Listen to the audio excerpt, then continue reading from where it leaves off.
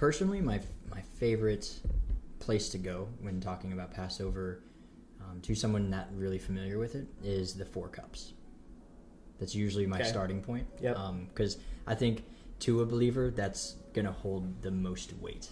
As far as informationally, if I only had to have one conversation with them about it, that would be the conversation I would have. And well, prophetic relevance too. That's all there's found so there much, with those 4. There is so much going on with the 4 cups, and most people don't even know that there are 4 cups. And so just in that and of itself is just a wealth of information is to be had there. So So we can start there, I think would be a good. Sure, absolutely.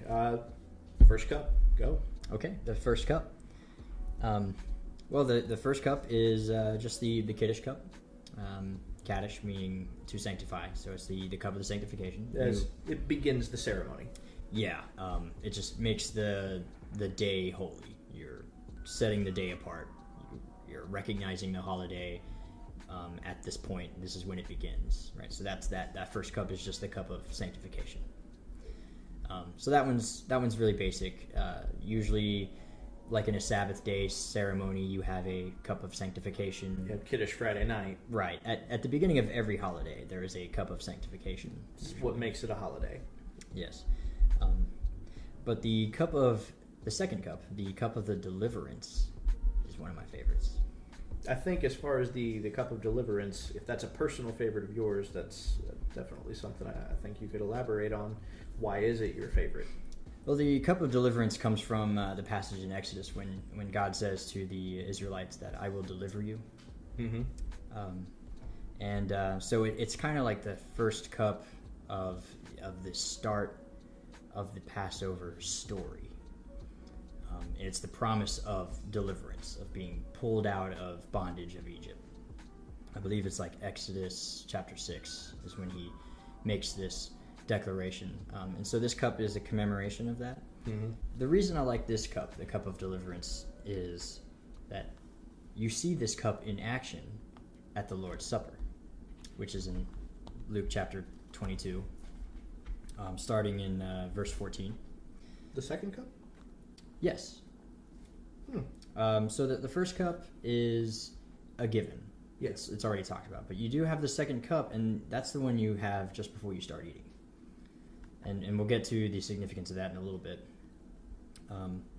But when the hour came, he reclined at the table, and the apostles with him, and then he said, I have fervently desired to eat this Passover with you before I suffer, for I tell you I will not eat it again until it is fulfilled in the kingdom of God. Just to say real quickly, this means that in the end of age, we'll be celebrating Passover with the Master one day. But he took a cup, and after giving thanks, he said, take this and share it among yourselves, for I tell you, from now on I will not drink of the fruit of the vine until the kingdom of God comes. All right, and then he took bread, gave thanks, broke it. And so a lot of the scholars believe that first cup, the Kiddush Cup, is it goes without being said. Mm-hmm. But usually you say that, and it kind of just starts the holiday. But the start of the Passover Seder really begins with the second cup.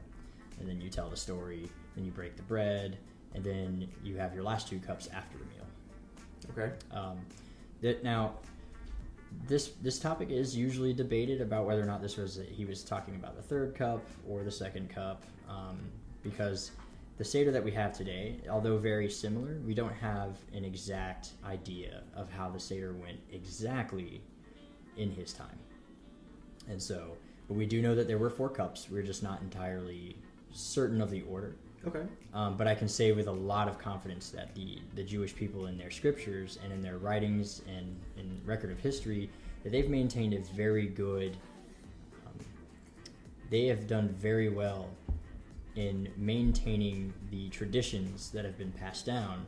And so you can say with a lot of certainty that the Seder that we have today is extremely similar to the Seder that they were practicing back then.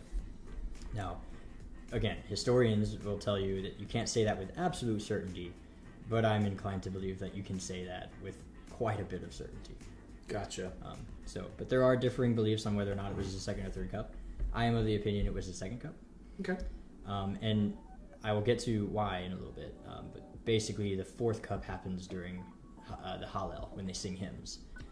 And later on, we hear them do the singing of the hymns, and it doesn't say that they drank wine after that, but that's when you would have the fourth cup, is after Hallel. After the Hallel. And so we have a record of him doing Hallel, and so it would go without being said that you would end the Seder with the last cup. The last glass. Right. And so I am of the belief that this is the second cup. Okay.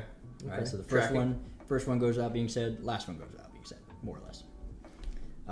And so take this. I tell you, I will not drink of it until the kingdom of God comes. And then he goes on. He broke the bread, and then in the same way, he also took the cup after supper, right after eating, and he said, "This is the cup of the new covenant, which is my blood." So he gives thanks. He talks about this cup, and he makes a vow here. The master is making a vow, basically a Nazirite vow, on the cup of deliverance. Yeah. In the same way that God, to the Jewish people, to Israel, said, "I will deliver you." Right? That's sort of God making a vow.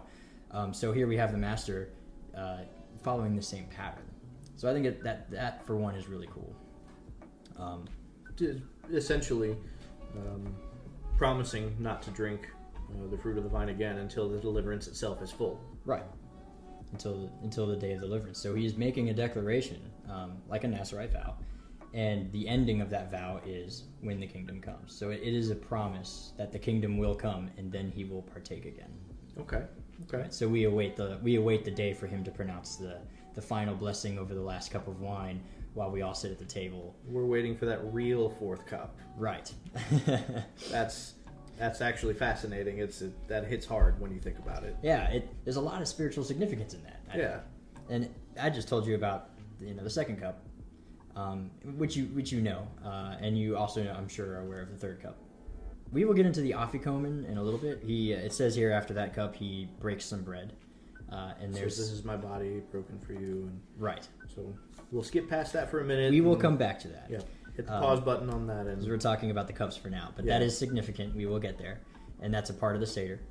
And so then he takes another cup after the meal, and traditionally in the Seder, you have the third cup after you've eaten. And then he says, "This is the cup of the new covenant in my blood, which is poured out for you." This cup traditionally is called the cup of redemption. Based on the statement of God. God will redeem you with an outstretched arm. I will redeem you with an outstretched arm. Right. And so that's how they called it that cup. And then here over the cup of redemption, he is saying, "This is my blood poured out for you." Right? So he pays a price for us to redeem us. Redeem us. Over the cup of redemption, he makes this declaration that this is his blood. And so I think that, again, is fascinating. It's the parallel there being that the blood of the firstborn of Egypt, that was the price it took to redeem the children of Israel and give them their liberty from Egypt. And likewise, we see in this that the price for our liberty from ourselves was at the cost of innocent blood. At the firstborn. Of the firstborn, the true firstborn. In order to redeem us. And so it's by the blood of the Master Yeshua, our Messiah. By his blood we are redeemed, right? So a lot of symbolism in that cup, actually. Right. There's a lot going on. So that's the cup of the new covenant. It's the cup of redemption. And likewise, even in ancient Egypt, when he was making that declaration, he was creating a covenant.